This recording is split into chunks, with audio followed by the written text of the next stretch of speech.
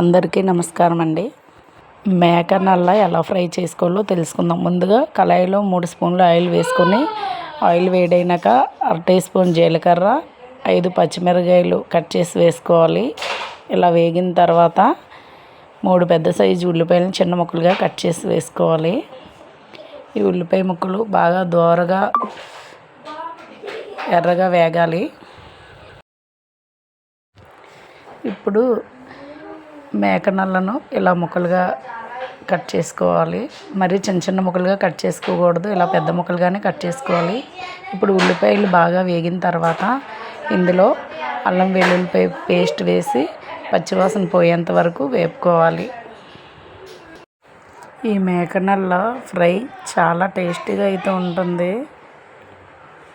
ఇలా బాగా వేగిన తర్వాత ఇప్పుడు ఇందులో మనం కట్ చేసుకున్న మేక నల్లను వేసి స్టవ్ని లో ఫ్లేమ్లో పెట్టుకొని నిదానంగా ఫ్రై చేయాలి.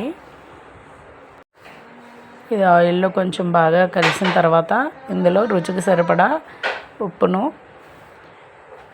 మీ టేస్ట్కి తగ్గ కారంను యాడ్ చేసుకోవాలి. నేనైతే 2 స్పూన్లు కారంని యాడ్ చేసుకున్నానండి.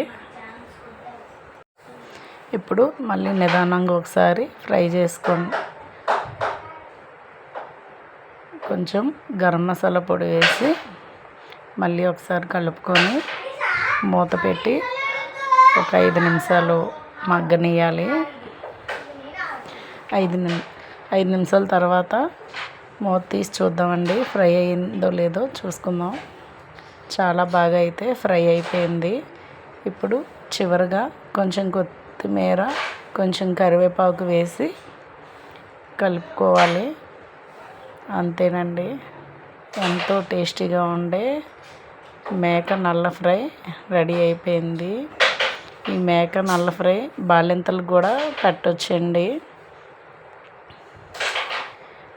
టేస్టీ మేక నల్ల ఫ్రై మీరు కూడా తప్పకుండా ట్రై చేయండి. మరిన్ని వీడియోస్ కోసం నా ఛానల్ని సబ్స్క్రైబ్ చేయండి friends. Thank you for watching. Amala channel 1. Please subscribe my channel.